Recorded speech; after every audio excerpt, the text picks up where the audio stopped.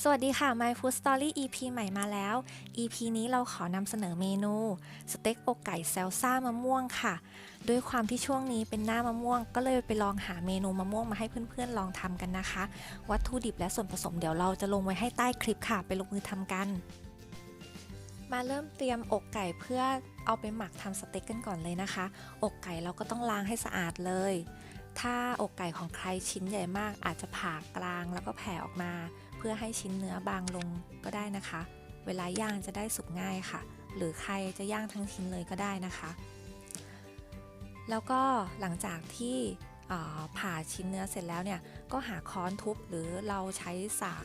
เล็กๆนะคะทุบชิ้นเนื้อให้นิ่มลงเวลาหมักจะได้ทำให้ส่วนผสมซึมเข้าไปง่ายขึ้นนะคะในส่วนของการหมักอกไก่สามารถเปลี่ยนซอสได้ตามที่เพื่อนๆต้องการเลยนะคะสำหรับวันนี้เราขอหมักเป็นอกไก่ซอสพริกไทยดำค่ะก็เอาซอสพริกไทยดำมานะคะแล้วก็ทาให้ทั่วเนื้ออกไก่ค่ะ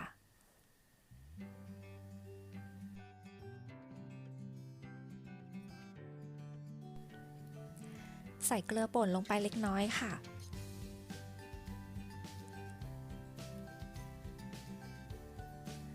บดพริกไทยดำเพิ่มไปอีกนิดเพิ่มความหอมให้มากขึ้นนะคะ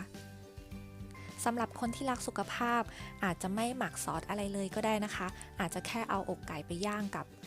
เกลือโรยเกลือเล็กน้อยก็ได้แล้วค่ะจากนั้นก็หมักไก่ไว้ประมาณ 10-15 นาทีนะคะ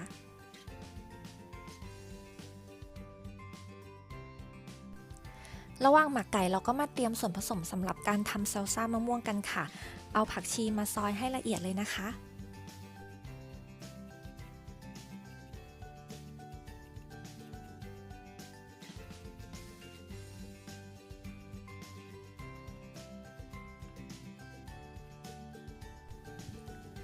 มะเขือเทศเอามาหั่นเต๋าเป็นชิ้นเล็กๆนะคะ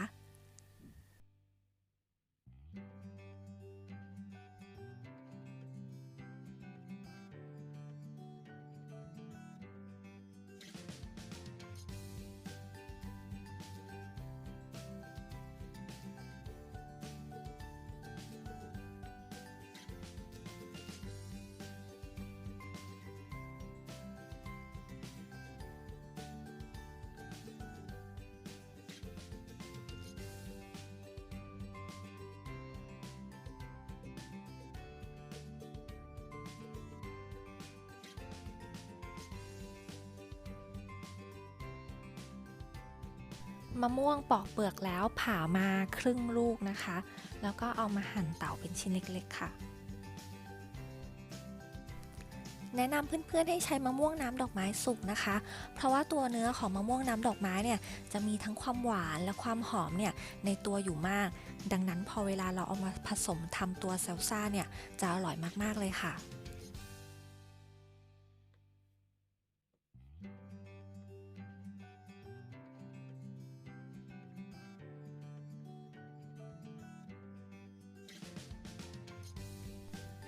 สุดท้ายแล้วเอาหอมแดงมาซอยแล้วก็สับให้ละเอียดเลยค่ะเราใช้หอมแดงไทยกลีบเล็กเนี่ยแหละค่ะเพราะว่ารู้สึกว่ากลิ่นมันหอมกว่า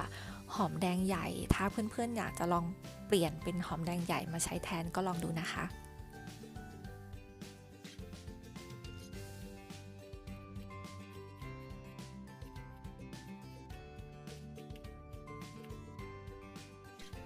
มาเริ่มย่างอกไก่กันเลยค่ะใส่น้ำมันมะกอกลงไปในกระทะเล็กน้อยท้ายทั่วๆกระทะนะคะ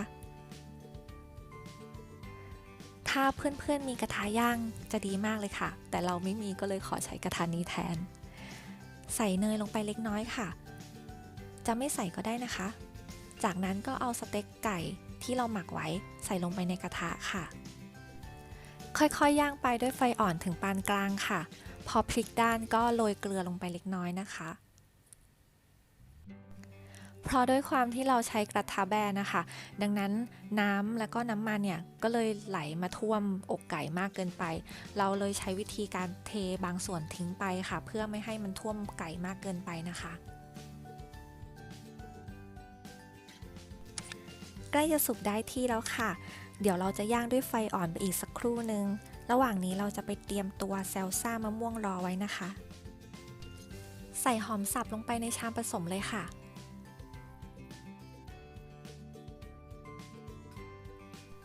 ตามด้วยมะเขือเทศที่เราหั่นเต๋าไว้นะคะ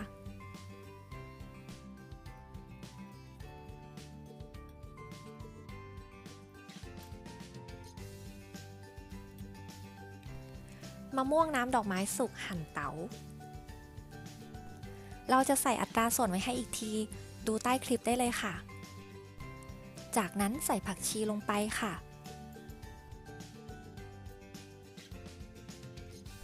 ปรุงรสด้วยน้ำมะนาวใส่น้ำมะนาวไปครึ่งลูกค่ะ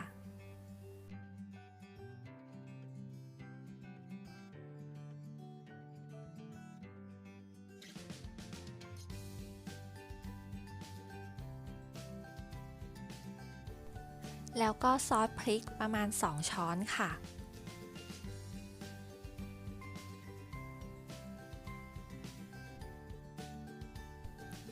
จากนั้นก็ค่อยๆคนส่วนผสมให้เข้ากันนะคะ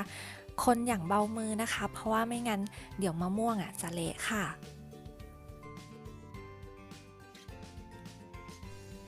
แค่นี้เราก็เตรียมในส่วนของซัลซ่ามะม่วงเสร็จแล้วค่ะ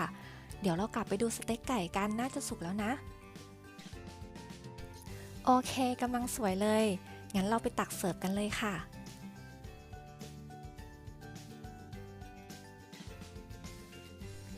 สามารถเอาแซลซ่ามะม่วงราดบนเนื้อสเต็กไก่ได้เลยนะคะ หรือว่า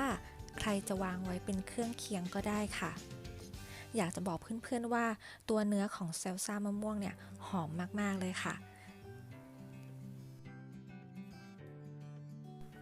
เมนูนี้แนะนำเลยค่ะ เพราะว่าขนาดเราทำครั้งแรกยังติดใจเลย ด้วยความที่เราไปได้มะม่วงน้ำดอกไม้พันธุ์ดีมา เลยมานั่งคิดดูว่า